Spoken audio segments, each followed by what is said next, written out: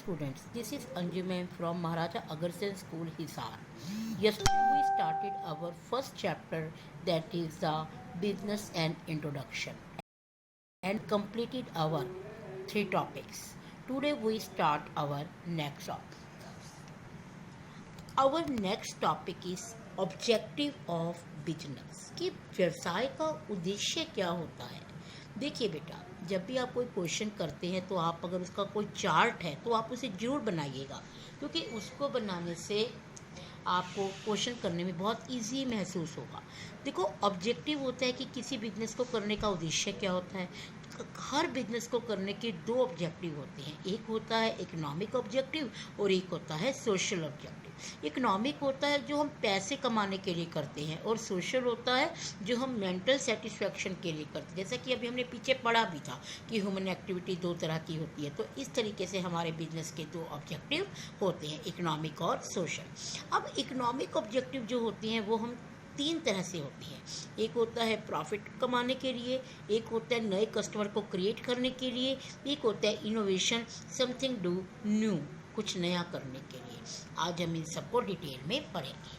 सबसे पहले हमारा आता है इकोनॉमिक ऑब्जेक्टिव। ये हम कर भी चुके हैं कि इकोनॉमिक ऑब्जेक्टिव क्या है, कि this is the main objective of business which business can not be thought of, कि इसके बिना तो बिजनेस सोच ही नहीं सकता। देखो, बिजनेस को चलाने के लिए बहुत मनी की ज़रूरत पड़ती है। अगर वो हम प्रॉफिट ही नहीं कमाएंगे तो हम बिजनेस को आगे कंटिन्यू कैसे करेंगे। तो हमारा बिजनेस का मेन ऑब्जेक्टिव इकोनॉमिक ऑब्जेक्टिव होना ज़रूरी है। अब इस ऑब्जेक्टिव में हमारे तीन पॉइंट आते हैं। First is the profit motive. देखो, इसमें यहाँ पर एक दो वर्ड्स को बड़ा डार्क करके दिखाया हुआ है। एक दिखाया हुआ है मैक्सिमम प्रॉफिट और एक दिखाया हुआ है सफिशिएंट प्रॉफिट। देखो, बिजनेस ऑर्गेनाइजेशन में हर बिजनेस कोई भी बिजनेस करते हो, कोई भी प्रोफेशन करते हो, तो हर पर्सन का मेन एम क्या होता है, प्रॉफिट अर्न करना होता है। जैसे कि देखो, आप अगर हम कोई लैंडलॉर्ड है और हमने कोई अपनी लैंड रेंट पर दे दी तो हमें बदले में प्रॉफिट के रूप में रेंट मिलेगा। अगर हम अपनी कैपिटल देते हैं तो हमें इंटरेस्ट मिल जाएगा। अगर हम गुड्स बेचते हैं तो हमें प्रॉफिट मिल जाएगा। तो किसी न किसी रूप में हर एक व्यक्ति प्रॉफिट कमा रहा है। कोई पर्सन ऐसा नहीं है जो प्रॉफिट कमाता नहीं है। तो हमारे बिजनेस के दो मेन कंसेप्ट हैं। एक है हमारा मैक्सिमम प्रॉफिट, और एक तो हमारा है मैक्सिमम प्रॉफिट और एक हमारा है सफिशिएंट प्रॉफिट। सबसे पहले बात आती है कि maximum profit objective gives way to artificial deficiency of good, excess profit making, adulteration etcetera. कि मैक्सिमम प्रॉफिट का मतलब होता है कि हमें अधिकतम लाभ है, वो किस तरीके से कमाना है। एक मतलब है, का मतलब होता है, देखो बिजनेस को अभी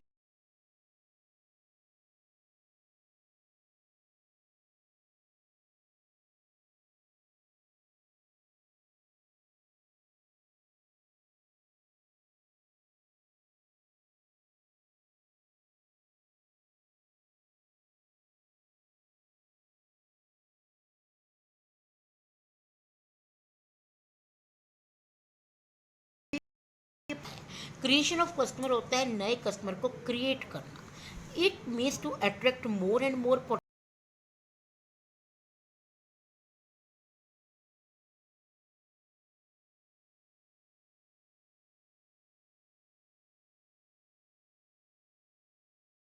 इज डायरेक्टली लिंक प्रॉफिट। देखो, ये है, अगर हमारी कस्टमर ज़्यादा क्रिएट होंगे तो प्रॉफिट भी तो इंक्रीज होगा। कस्टमर नहीं क्रिएट होंगे, लेकिन कस्टमर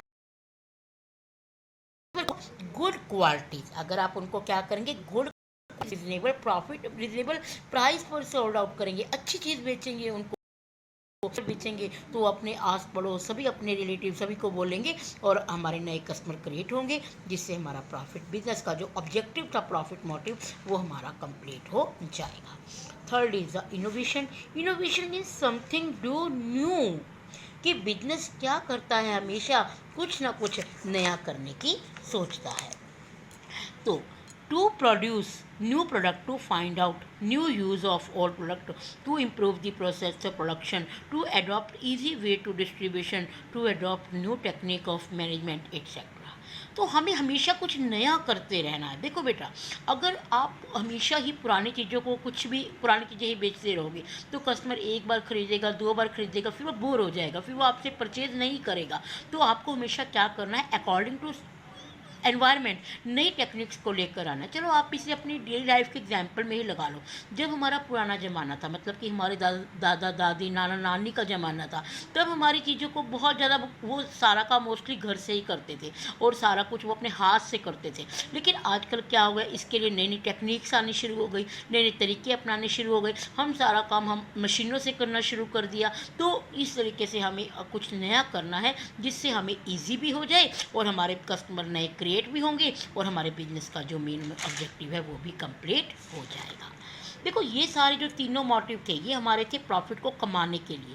अभी हमने कहा था कि हमारा सोशल ऑब्जेक्टिव भी होता है। देखो बेटा, ऐसा नहीं होता कि लाभ केवल पैसा कमाना ही हमारी मुख्य बात होती है, इसके साथ साथ हमें कुछ समाज के प्रति भी ऑब्जेक्टिव हमारे बनते हैं। जैसे कि पहला ऑब्जेक्टिव बनता है high quality good at fair price, कि हमेशा हमें क्या करना चाहिए बेटा, कि जितनी भी गुड्स हैं वो अच्छी क्वालिटी की कस्टमर को बेचनी है।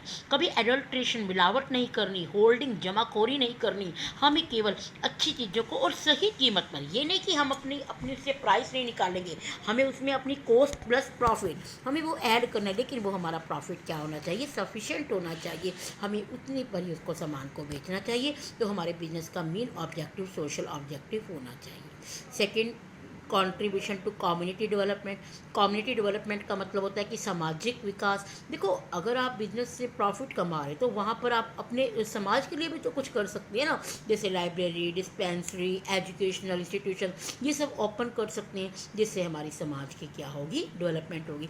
इसे भी आप आजकल डेली लाइफ के एग्जाम्पल से लगा सकते हैं। देखिए, आजकल हमारे यहाँ पर जो इतनी बड़ी प्रॉब्लम क्रिएट हुई है कोरोना वायरस की, तो हमारे जो बड़े बड़े स्टार्स हैं या बड़े बड़े पॉलिटिशियंस हैं, वो मनी को डोनेट कर रहे हैं। तो वो क्या काम कर रहे हैं, प्रॉफिट तो उन्होंने कमाया भी अपने देश से ही, लेकिन वो यहाँ पर अपने देश को कुछ ना कुछ कंट्रीब्यूट करके थोड़ा बहुत अपना सोशल सर्विस, सोशल ऑब्जेक्टिव को भी अडॉप्ट कर रहे हैं। तो हमारे बिजनेस का भी मेन ऑब्जेक्टिव होना चाहिए कि अगर हम समाज से कमा रहे हैं तो हमें समाज को कुछ डेवलपमेंट भी करनी चाहिए। Third is a fair return to investor. Investor means आप किस तरीके से बिजनेस में पैसा इन्वेस्ट कर रहे हो। अगर आप लैंड दे रहे हो तो बदले में आपको रेंट मिल रहा है, अगर कैपिटल दे रहे हो तो आपको बदले में इंटरेस्ट मिल रहा है। तो वो ये कहना चाह रहे हैं कि आप बिजनेस में जो भी पर्सन किसी भी फॉर्म में अगर पैसा इन्वेस्ट कर रहा है तो आपको बदले में उसे फेयर रिटर्न, उचित जो लाभ है उसका एक पार्ट उनको भी देना चाहिए। ऐसा ना हो कि आप प्रॉफिट केवल कुछ लोगों के पास ही इकट्ठा हो जाए, तो सभी लोगों को इसका शेयर मिलना चाहिए। Providing employment. देखो, सबसे बड़ी प्रॉब्लम जो हमारी कंट्री में आती है वो आती है एम्प्लॉयमेंट। तो अगर बिजनेस है, बिजनेस कहाँ, हमारा सोसाइटी से चलता है, सोसाइटी में डेवलपमेंट होती है। तो हमारे बिजनेस को चाहिए कि वो लोगों को क्या करे, एम्प्लॉयमेंट प्रोवाइड करे। जो हैंडीकैप्स हैं उनकी थोड़ी एक्स्ट्रा केयर करे, या हमारे जो बिल्कुल नॉर्मल पर्सन हैं उनको उनकी एबिलिटी के अकॉर्डिंग काम दे, ताकि वो लोग भी अपनी लिविंग जो इकोनॉमिक एक्टिविटीज़ है उनको आसानी से तो इस तरीके से आज हमने ये क्वेश्चन पूरा किया है कि हमारे बिजनेस के मेन ऑब्जेक्टिव क्या है। तो हमारे बिजनेस के कितने ऑब्जेक्टिव बनते हैं, हमारे बिजनेस के दो ऑब्जेक्टिव हैं, एक है इकोनॉमिक और एक है सोशल। इकोनॉमिक के हमने 3 पार्ट करे हैं और सोशल के हमने 4 पार्ट करे हैं।